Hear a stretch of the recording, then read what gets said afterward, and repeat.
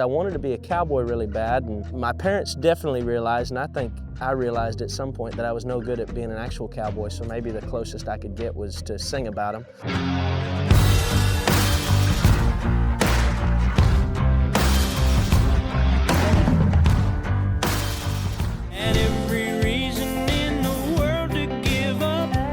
If you miss me at all or need me, don't call. I got plenty to do. Obviously, I've got, sonically reminiscent sort of thing going on from the 90s stuff, but it's kind of, I feel like I cut my teeth on the same stuff that the 90s guys cut theirs on. For one thing, I'm honored that people see me as, sort of a spearhead or a leader back towards traditional country music or country music the way that I fell in love with it and still love. It's a fun spot to be in. I think it's a lot of just the right place, right time sort of a thing. Country music has always been cyclical. It kind of, we've got our bread and butter, the roots, the traditions where we came from, and something new and a little edgy comes along and everybody gets excited about that for good reason, and kind of run with that for a little while until people are like, yeah, but this is where we came from and let's get back to it a little bit. And so I think I came along at the right time for that.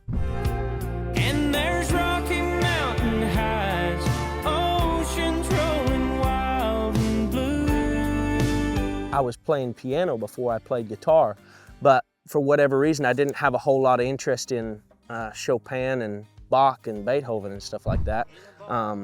If somebody could have taught me to play piano like Pig Robbins, maybe I would have been excited about that, but the style of music I was into, the guitar lent itself more to that, I guess. So I kind of kicked and screamed through, it must have been 7 or 8 years of piano lessons, and they finally gave up on that, I guess. But I love guitar. I played probably from the time I was 7 to 15, I played guitar for 2-3 hours a day probably. I just loved it. If that ain't fate,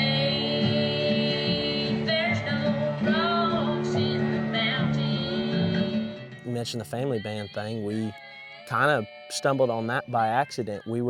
I started playing guitar. My sister Maddie, she's a year and a half older than me, she started playing fiddle about the same time. And then shortly thereafter, my little brother Joram, he's a year and a half younger than me, he started playing mandolin. And then my oldest sister Lakin was the one that taught us piano lessons. She picked up the bass. So we had us a little 4-piece bluegrass band, I guess. And well, it didn't start out as a band. We were all just kind of learning the instruments independently of one another. A good family friend of ours, he was actually our orthodontist. He'd heard we'd been playing a little music and wondered if we'd like to open up for the Patsy Cline musical that was coming to the local high school. And my dad was like, well, Randy, I don't know. You're going to have to ask the kids. I'm not going to answer that for them. So I don't remember this, but I've been told the story enough times. I guess he put me on the phone and Randy asked if we'd like to play a show. And I was like, yeah, we'd love to play your show. And when is it? And he said, well, it's a couple months from now. And I said, well, perfect. By then we'll know some songs and we'd love to play your show. So that was kind of how the whole family band thing started. And I guess we never gave it up for about the next 10 years. 'Cause love may be gone, but never forgotten.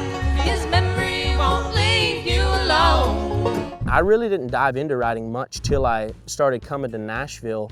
My producer, Carson Chamberlain, was kind of the guy that brought me to town. He kind of posed it as a question to me whether or not I wanted to be a writer or whether it was important to me to write my own songs, and I kind of just said, I don't know, but I'll try it out. And so we did, and he set up some co-writes for us and dove into it, and I really enjoyed it. Mostly written with a bunch of old school writers, guys that were having hits in the 80s and 90s and stuff like that. And a big thing I feel like that I've picked up is don't try to be too tricky with the lyrics or the wordplay or stuff like that. Just like say what needs to be said that gets the message of the song across and makes people feel something. I've been slowly going out of my I think that's, another thing that's a bit of a dying art in Nashville or just songwriting in general. If I just wrote songs about my life's pretty boring, so I think people would lose interest pretty quickly. But if we stretch the truth a little bit, it comes from somewhere honest, and then, you know, kind of make a story that's universal out of it. Well, it's a little bit of fiddle and a whole lot of country gold. The day we wrote it, we kind of sat around after we got done making the work tape, and it was like, dang, this thing might have the makings of a first radio single, which was kind of funny. Sure enough, that was the first single we put out to radio. I think it's a great introduction to me and my music. It's, you know, that's one of those songs that doesn't have a big story to it. It's just kind of fun and a toe tapper, a dancing song type of thing. And I'm super excited about the response it got from everybody at radio. And it's kind of like, well, if you like this one, great. And if you don't, I don't know that there's much different coming, so. Wish I could say I miss you. It's kind of crazy, the response that people had to I Never Lie. And I don't know that I would have picked that one to be, you know, the next one that blew up like that. I think that's one of the most country things on the album. You know, between that and maybe Use Me or something, those are just old school country ballad type of things. And so for people to gravitate toward those, it's cool for me. I love it.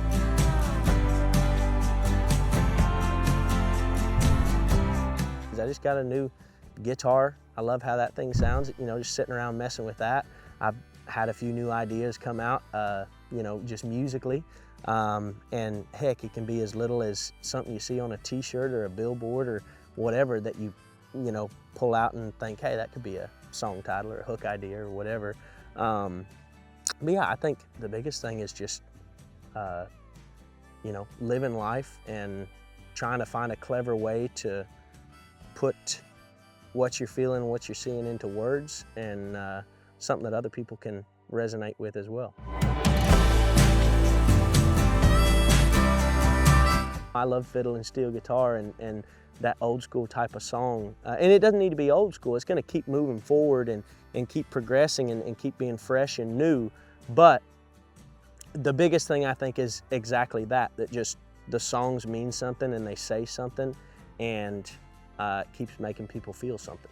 She cried when I left her. Now I cry to forget her. I don't think what I do is ever really gonna change all that much. Obviously, I love all different types of music. You know, I think it's interesting. Ray Charles is a great example of, he put out that, I know at least one big, long country album. Well, I say country, he covered a bunch of country songs, but did them in Ray's style. And so that kind of thing intrigues me a lot, you know, find some songs from other genres, you know, that I just love the songs, and rework them to be exactly what I do, you know, and give a different little perspective on that song. But yeah, I don't, you know, you're not gonna hear me put out a rock and roll album or a reggae album or anything. I don't know, you never know. I'll never say never, I'll say that. But yeah, for right now, I feel like I'm doing exactly what I love to do, and hopefully other people, fans and everything, keeps enjoying that kind of thing for a long time, and I'm gonna keep doing it whether they do or not, I suppose.